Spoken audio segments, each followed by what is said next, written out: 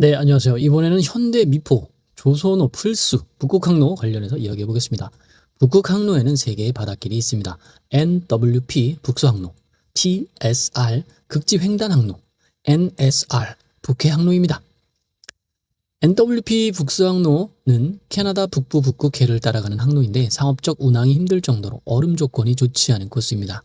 TSR 극지횡단 항로는 북극 한가운데를 통과하는데 북극 중앙에 얼음이 꽤 있어서 아직은 실제 운항이 없고 가설 수준입니다. 얼음이 완전히 녹으면 TSR이 최적의 노선이 되는데 아직까지는 운항하지 못하는 항로죠. NSR 북해 항로는 러시아 북쪽 해안을 따라가는 길로 상업적으로 가장 가능성이 높은 항로죠. 현재 북극 항로에 대한 분석들은 NSR 북해 항로를 기준으로 나오고 있습니다. 북극 항로의 얼음은 1년 중에 계속 변화하고 있습니다. 11월부터 얼음이 언 해역이 점점 넓어지고 얼음의 두께도 두꺼워지기 시작합니다. 얼음이 언 해역 면적이 가장 넓어지고 얼음이 가장 두꺼운 달이 바로 3월입니다. 4월부터는 얼음이 점점 녹기 시작하고 9월이 되면 얼음을 언 해역 면적이 가장 줄어들고 얼음도 많이 얇아지게 됩니다. 지금 보시는 사진이 이런 것을 설명해주고 있습니다. 봐도 무슨 말인지 모르겠네요.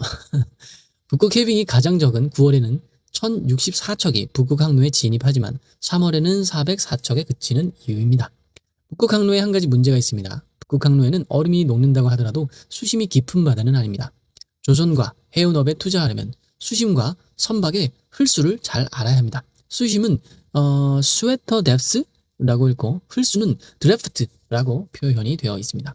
선박의 흘수 드래프트는 배 밑바닥에서 수면까지의 높이입니다. 배가 얼마나 깊이 물에 잠기는 것을 말하는 것이죠. 항로의 수심보다 선박의 흘수가 얕아야 운항이 가능해지죠. 수심이 10m인데 배의 흘수가 11m라면 배의 하부가 해저에 닿기 때문에 운항이 불가능한 것입니다.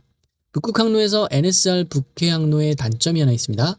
NSR을 통행할 수 있는 배의 흘수가 14m로 제한되고 있는 것이죠. 북극 항로의 평균 수심은 베링 해협이 45m, 시베리아해 50m 정도지만 평균이 중요한 것이 아니라 가장 얕은 곳의 수심이 중요합니다. 일부 구간에 얕은 곳이 있다 보니 14m라는 흘수 제한이 있는 것이죠. 안 그래도 얕은 바다인데 얼음까지 끼면 통행할 수 있는 선박의 흘수는 더 제한되겠죠. 겨울에는 흘수가 9m로 더 축소되고 겨울에 14m까지 통행을 하려면 쇄빙선 2척을 동원하는 조건이 있습니다. 물론 이 조건은 현재의 러시아 NSR 통항 허가 조건으로 북극해가 더 녹으면 변할 수는 있습니다. 배의 크기와 흘수는 비례하는 것이 일반적입니다. 하지만 LNG 운반선은 다릅니다. LNG 운반선은 LNG 전용 항구에 접안을 하기 위해 폭은 넓고 바닥은 최대한 평평하게 건조를 합니다. 배는 엄청나게 크더라도 흘수는 그렇게 깊지가 않은 것이죠. 가장 큰 LNG 운반선도 흘수가 12m 정도가 나옵니다. LNG 운반선은 쇄빙선을 앞세우든지 아예 배 자체에 쇄빙 기능을 추가한 쇄빙 LNG 운반선으로 만들면 북극해 통항에 문제는 없습니다. 유조선과 컨테이너선 등 문제가 있죠. 유조선의 경우 가장 큰 유조선은 홀수가 22m까지 나오고 컨테이너선도 14.4m까지 나오고 있습니다. 9에서 14m라는 홀수 제한에서 대형선 운항 제한이 있는 것이죠.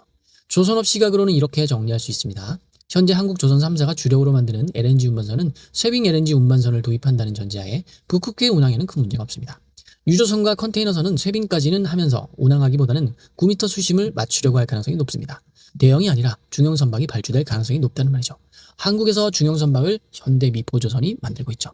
북극 항로에 대한 이야기는 블로그 글에 처음 쓰기 시작한 2022년 4월에 이미 언급한 바가 있었습니다.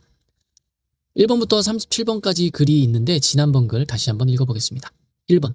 과거에는 아시아, 유럽을 가려면 아프리카 희망봉을 돌아가야 했음. 무려 14,000km 거리였음. 수에즈 운하가 생기면서 부산 유럽이 1만 킬로미터대로 단축이 됨.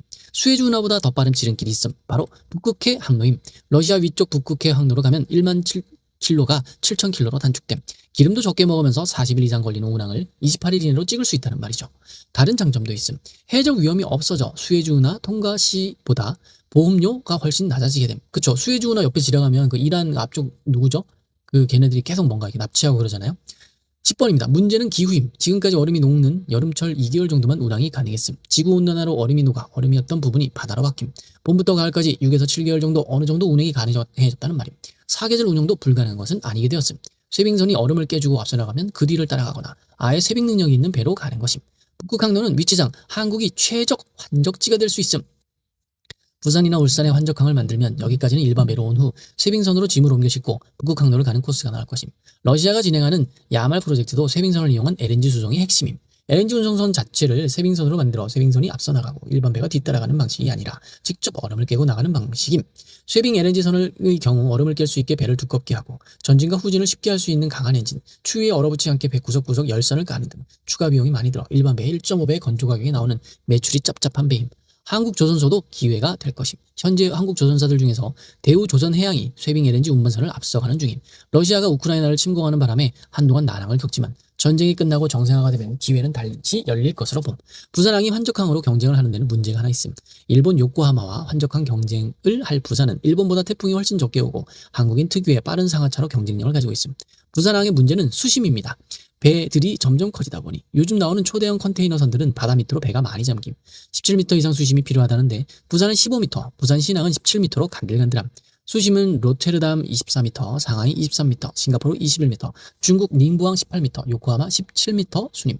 앞으로 뿜어져 나오는 초대형 선박을 유치해서 환적항 경쟁력을 유지하기 위해서는 현재 수심으로는 한계가 있음. 지금도 10,000TU 이상 큰 배가 부산에 들어오려면 만조까지 기다려서 들어옵니다. 스케줄이 민감해서 선사들에게는 짜증나는 일이죠. 부산 신항을 15m에서 17m로 준설하는데 240억 원 정도 예산이 들어간다고 함. 자, 이런 공문이 있습니다. 부산항 신항 컨테이너 부두 전면 수역 준설 공사 착수. 준설 791만 수심 17m 240억 원. 19년 6월부터 21년 6일까지. 벌써 착공된 거 아닌가 모르겠네요. 34번. 요즘 정부에서 쓰는 돈을 생각하면 큰 돈이 아님. 35. 요코하마보다 1m 깊은 18m는 갔으면 좋겠음. 1,000억도 안 될 것임. 예산은 이런 데 쓰라고 있는 게 아닌가. 한줄 코멘트. 지구온난화로 북극해 항로가 열리면 부산과 울산, 요코하마가 환적항 경쟁을 할 것이라고 번. 우크라이나 전쟁이 마무리되어야 분위기가 잡히기 시작할 듯함. 이번 글의 캡처와 내용 일부는 2025년 4월 11일 일본 해사센터 한국해양개발원이 공동으로 주최한 세미나 자료를 참고로 했습니다. 너무 재밌는 글이네요. 현대미포조선. 저는 개별주는 잘 못하고요. ETF 하거든요. 그래서 탑3인가요? 솔 탑3 ETF? 이런 거 관심 두고 있습니다. 천천히 모아가고 있는 중이죠. 자, 댓글 한번 읽어보겠습니다. 비디님의 댓글입니다. 수해 예방 강바닥 준설을 막아 오송 지하차도에서 이건 그만 읽겠습니다. 기억해주는 메모장의 댓글. 러우 전쟁이 이번에 끝나려나 싶네요. 어찌 될런지. 15일이네요. 오늘 발표 난다고 제가 알고 있는데 뉴스 좀 보겠습니다. 라미네님의 댓글입니다. 러시아가 나중에 길을 막을 가능성이 있을까요? 독일로 가는 가스관 잠근 것처럼요. 대댓글입니다. 바로 코앞에 미국이 있어서 독일 가스처럼 막진 못할 거예요. 라고. 러시아가 굳이 이걸 막을 이유가 있나요? 그냥 지나가면 돈 받고 또 돌아갈 수도 있잖아요. 다른 그 배들이. 그래서 그냥 저는 열 거라고 봅니다. 왜냐면 수익이 나니까. 조비씨님의 댓글입니다. 난 세상에 이렇게 열심히 살면서 지식도 풍부하고 일관성 있는 사람이 본 적이 없네. 매일 포스팅 읽으면서 감탄할 따름. 나와 비슷한 연배일 듯한데 대단. 땡스 always. 네, 비카인드님의 댓글입니다. LNG 운반선의 드래프트 관련 모양도 모양이지만 운반하는 제품이 가볍기 때문일 수 있을 것 같습니다. 네, 오늘은 여기까지 하겠습니다. 감사합니다.